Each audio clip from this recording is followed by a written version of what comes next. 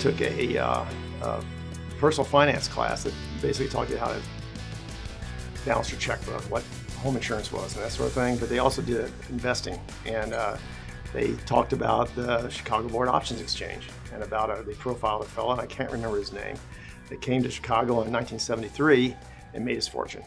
And I was an engineering student, and that sounded really interesting to me. As I looked at it more, is that you could actually do modeling of option prices, which was really different than I'd heard about before from as far as just investing in stocks and the fundamentals or some technicals or something like that. From that point on, so that you say you were 22 years old, in the next 2 years, I just kind of fell in love with this idea of being able to model this and trying to make some money. And I figured out how to get to the CBOE floor. It was kind of a zero-sum game, so I actually ended up losing a bunch of money for me at the time. And then I said, well, wait a minute, someone just made that money. Maybe I can figure out that I need to be on the floor. I met my wife right after I graduated from college, and her father-in-law was a broker in the corn pit, happened to be a broker in the corn pit. And his father was a broker in the wheat pit, and her brother was at the Mid-Am Exchange. So it was one of these things that, I got this interest in this thing, and she said, oh yeah. And so for Valentine's Day, or the first year we were dating, she gave me the application for the CBOE. That was their gift to me. The first thing you realize when you walk onto the trading floor is that you have to yell. Now, I don't know for anyone else, have you ever just walk out in the lobby here and yell? That's not a normal thing that you do. So getting that first bid or offer out there was terrifying. I was eased into it a little bit because, as I mentioned, my father-in-law was at the Board of Trade. And he had mentioned to a friend of his that it was my first day. So the first thing you do for a new trader is you walk up and you ask them a market in something, and you say, well, it's 1 bid and a half. And then they say, okay, I'll pay 1.5. And he buys one from you. And you say, okay, what's your market now? Well, I'm 1.25 bid at 1 3/4. I'll sell you one. So your first trade's a winner, right? So you made the $12.50 or whatever, the $25. So that helped. High camaraderie, because almost everyone on the floor were independent. They were like me. They were trading their own capital. They had families, they had houses, they had homes, they had children. And there was this sense of community that was on the floor that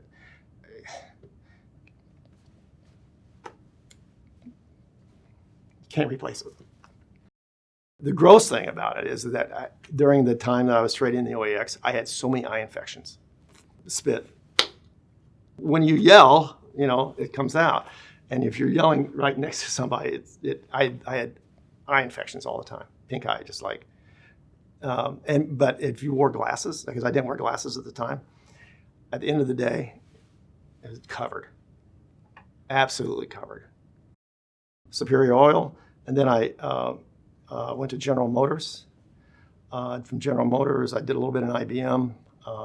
And then Federal Express. Traded there for a year or two, and then the OEX opened. And that was a watershed moment. The OEX I always thought I was a good trader, turned me into a great trader. Or maybe I was a bad trader and turned me into a good trader. I'm not sure which it was. But it did make a lot of good, it's the old saying, don't confuse brains in a bull market. And the timing was right. It was 1982. We were right at the lows of the Dow. Reagan was just elected, and the liquidity was just unbelievable. When you're used to trading a single name and the broker walks in and asks the market and this and that, it was a constant flow of paper. Just constant.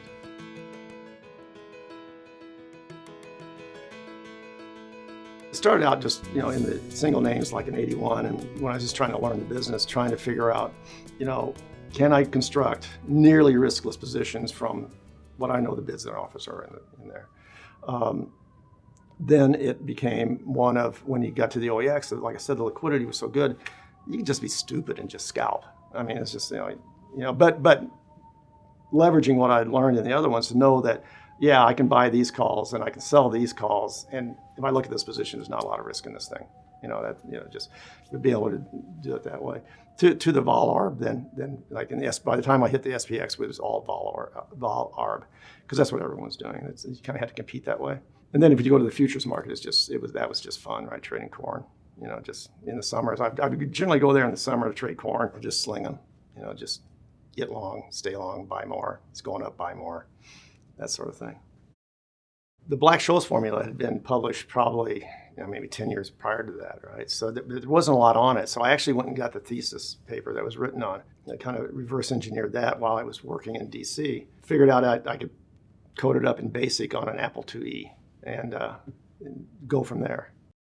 The openings are different between Board of Trade and CBOE, right? So the openings at the Board of Trade were really exciting. I mean, that is fun, no doubt about it. I mean, you got the brokers, standing indicating kind of like, I'm 234 bid, I'm 236 bid, kind of trying to set the price because it's really important that there are orders that need to be filled on the opening, and to get that opening range right, it's really important. So you're standing and the bell rings and it's boom.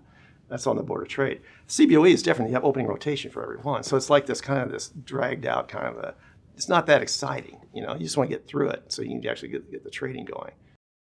In 87, is January or February of 87, Dow just marched up all day. I think it was up 100 and maybe 89 or 90 points, as we talk in those terms today, and then dropped from there like another 150 points. So it was this complete reversal. I stopped trading ARBs and anything else on that day, and I just was trading straight delta. And I looked on my card.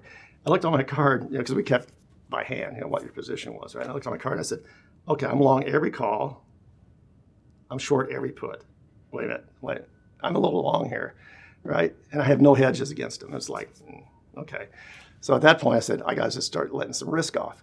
So I just started offering calls and bidding puts, and this is a little over exaggeration probably, but it felt like trading places where the guys, you get mobbed. And I said, okay, I got to get out of all this stuff right now because everyone is desperate, So I did that and reversed my position right at the right time. That didn't happen to me very often, but that was a great day. And I remember going home with that and saying, well, I wonder how much money we made today, because I had no idea, because I probably traded 10 or 15,000 contracts on the day or something, myself. So it was crazy. 87, I think for me personally, kind of scared me a little bit. It was like, that's really frightening. The whole thing was, because as a market maker on the CBOE, unlike a local at the Board of Trade or at the Merc, you had an obligation to maintain a fair and orderly market. Both sides. You had to be a buyer and a seller at all times, and commit your own capital to it. So for me, in some ways, it was really frightening to see that happen. I mean, it wasn't that big a drop on the S&Ps. I probably had that this week, right? But to see that happen was pretty frightening. Brokers were walking around with stacks of orders, grabbing you and saying, okay, I need to fill these orders. What's your market? What's your market? What's your market? The interesting thing about 87 was, I think what's great about Chicago and Chicago markets is that the specialists in New York wouldn't open their stocks. The OTC, which was mostly telephone, those market makers were not answering the telephone. The only markets that were open were here in Chicago. That was it. And I think that says a lot. I think I've heard something last week where at a seminar I was at, that in 87, it was the Congressional Review used actually Chicago's futures markets as the data, because there was no other data. Nothing else was trading. The other thing about 87 was how quiet the floor was. It was just dead quiet. It was like this room. To me, 89 was even worse than 87 for the folks on the floor, for the market makers. And the reason for that was the 87 crash, the Friday before was at the expiration. So there's a few people that got hurt that were short, way out of the money stuff. But that was only a 100-point drop in the Dow. Only at the time, it was quite a bit. So that was across the expiration. So a lot of the risk was already off the table. 89 happened, I think it was in the middle. I know it was on a Friday also, but it was mid-cycle. So that caught at least some friends of mine in really bad spots, because they had their mid-cycle positions on, which when they typically have their most risk on, and that was a pretty ugly one. We were debriefing all the time. So I mean, we had an office here in the building, and she was trading off floor for a number of years. It was supportive. I mean, it was someone that I could talk to and come up, and we'd have lunch together every day, and because there's no trade in the middle of the day. I mean, you just stand there and get in trouble, right? It was supportive. I would help her with understanding, different strategies and off the floor, and she would help me with dealing with, my not being an outgoing person and trading. Living downtown, we have 2 daughters, and my wife and I both were able to, be at every single school event together. We never missed a single one. There's no business travel. There's no that other folks had. We weren't living out in the suburbs where it was an hour and a half to get home, and it was fantastic from that point of view. There was 2 times that I actually went and had alcohol at lunch. The first time I went out, I came back and I made like 8 or 10 grand. Next time I came back, I lost 15,000. I said, that's the last. That's it. I'm done. This is not going to happen again. There would be some of that from time to time. Yeah. I mean, my last fight or pushing contest was, on the floor, But there's always the guys at the CBOE. So outside the CBOE was the plaza there that had that horse statue, and it was like, I'll meet you at the horse after the close. That's gonna be. I mean, come on, where are we in 5th grade? What's going on here? It's still trading, right? It's like the middle of the day, right? So there's however many people on the floor, and everybody knows that there's going to be this bet. Well, you know what happens with the milk thing, right? All over the window, right? All over the window that overlooks the floor. Yeah, so that was a period of time that kind of stuff was going on. There was a broker on the CBOE floor who was actually married to a porn star.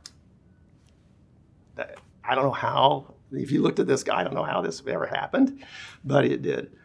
So he brings her to the floor, and she's in the gallery, and decides to show her wares to the floor. So it's like,